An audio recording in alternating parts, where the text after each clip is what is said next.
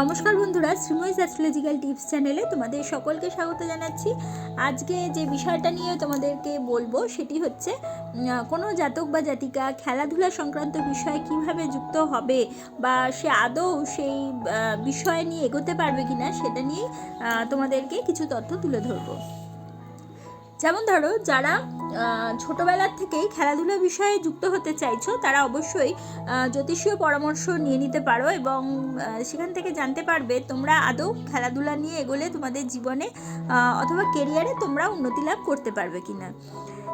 সেক্ষেত্রে দেখতে গেলে দেখতে হবে তোমাদের পঞ্চম ভাবকে। আমাদের লগ্ন সাপেক্ষে পঞ্চম ভাব যদি চতুর্থ ভাব, দশম ভাব, একাদশ ভাব, তৃতীয় ভাব এই ভাবগুলোর সাথে যুক্ত হয় তাহলে কিন্তু অবশ্যই ধরে নেবে যে তোমরা খেলাধুলা সংক্রান্ত বিষয়ের সাথে যুক্ত হতে পারবে এবং সেখান থেকে তোমরা প্রতিষ্ঠিতও হতে পারবে খেলার বিষয়ে। এবারে আসা যাক, প্রত্যেকটা ভাব নিয়ে বলছি। যেমন লগ্ন ভাব হচ্ছে সেই জাতক বা জাতিকার নিজস্ব দেহভাব বা সে নিজে বোঝাচ্ছে এবং তার সাথে পঞ্চম ভাব থেকে আমরা প্রতিভা বুঝে থাকি, প্রতিভার নির্দেশ করে থাকে পঞ্চম ভাব। এবং চতুর্থ ভাব হচ্ছে প্রশিক্ষণ। সেটা এনি টাইপ অফ প্রশিক্ষণ হতে পারে, তোমার খেলাধুলা সংক্রান্ত প্রশিক্ষণ হতে পারে, তোমার কোনো বৃত্তীয় প্রশিক্ষণ হতে পারে অথবা কোনো বিদ্যালয়ের কোনো প্রশিক্ষণ হতে পারে।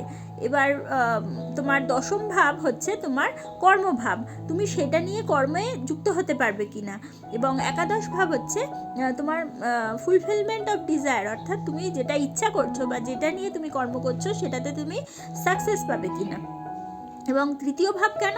তৃতীয় ভাব থেকে আমরা বুঝে থাকি আমাদের কমিউনিকেশন, মানে আমরা যেই কর্মটা করছি সেখানে আমাদের কমিউনিকেশনের স্থানটা কীরকম হবে, কোনো ভালো যোগাযোগ আমি পাবো কি না সেই খেলা সংক্রান্ত বিষয়ে, বা কোনো ভালো গুরু আমি পাবো কি না, বা ভালো অপোনেন্ট আমি পাবো কি না, মানে বা আমার সাথে যারা খেলবে বা আমার সাথে যারা আমাকে ট্রেনিং দেবে তারা কীরকম হবে, সমস্ত কমিউনিকেশন মানে খেলা সংক্রান্ত বিষয় যাবতীয় যা যা প্রয়োজন সেই সংক্রান্ত বিষয় শুভ যে কানেকশনগুলো সেগুলো কিন্তু আমরা তৃতীয় ভাব থেকে পেয়ে থাকি।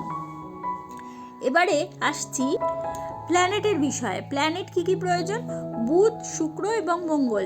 বুধ, শুক্র, মঙ্গল যদি আমাদের পঞ্চম ভাবের সাথে কোনোভাবে যুক্ত হয় অথবা বুধ, শুক্র, মঙ্গলের নক্ষত্র আমরা পঞ্চম ভাবের সাথে নক্ষত্রপতিকে পাই অথবা সাবপতিকে, কৃষ্ণমূর্তি পদ্ধতি অনুযায়ী সাবপতিকে পেয়ে থাকি, মানে সাবলটকে পেয়ে থাকি, তাহলে সেক্ষেত্রেও কিন্তু আমরা বলতে পারি যে সেই জাতক বা জাতিকা খুব ভালোভাবে খেলাধুলা নিয়ে, যে কোনো খেলাধুলা নিয়ে সে এগোতে পারবে এবং ইন ফিউচারে সে সেখান থেকে তার কর্মপ্রাপ্তি হতে পারবে এবং সেখান থেকে সে নামডাকও সেই খেলা সংক্রান্ত বিষয় করতে পারবে।